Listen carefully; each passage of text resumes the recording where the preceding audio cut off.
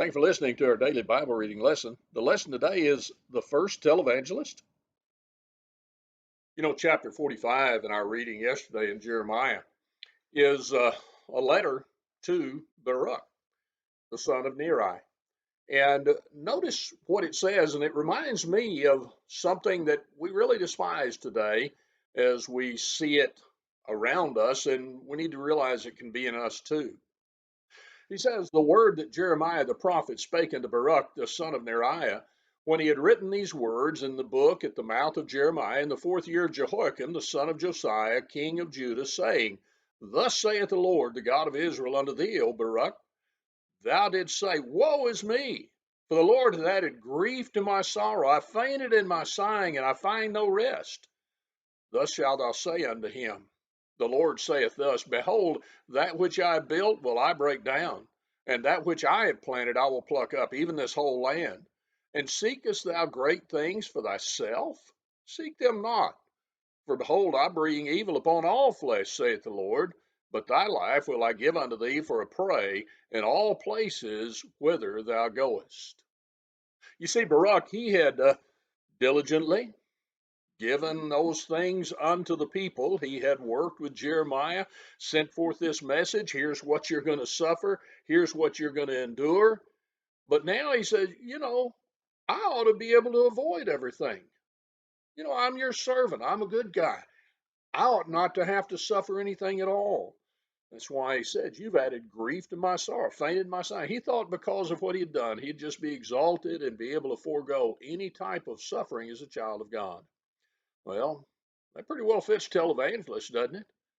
Televangelist gets up there and they'll tell you, here's all these horrible things. This is what's going to be. And, you're going to, by the way, send me your money. In other words, I'm going to live in my ivory palace and I'm not going to suffer anything like you do. Do you know who I am? Well, that can happen today.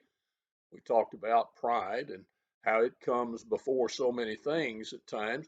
But you look and you find that we ourselves, we read that Paul said, all that live godly in Christ Jesus will suffer persecution.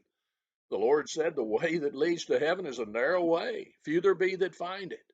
He said, they hated me, they're going to hate you. In other words, living the Christian life, following God is not easy. And just because I strive to be a diligent servant doesn't mean I forego it. Just because I've lifted up with pride doesn't mean I forego it. God's not a respecter of persons. We find that we, nor the ungodly, no matter who it is, we're not above the struggles of living for God. And we're not above the pronouncement of punishment upon others for sin if we ourselves do the same thing.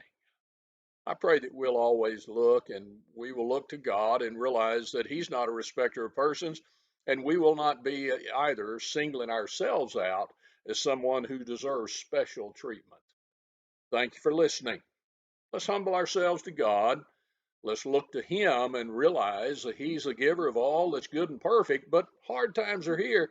He'll help us through it, though, and He's given us a hope before us to enable us to endure those things. I pray that that's the day we have, and that'll be a great day. Thank you for listening. Thank you again for joining us in this Bible study. We remind you, if you'd like to follow along in our daily Bible reading, the link below in the description of this video will give you the PDF so you can read right along with us.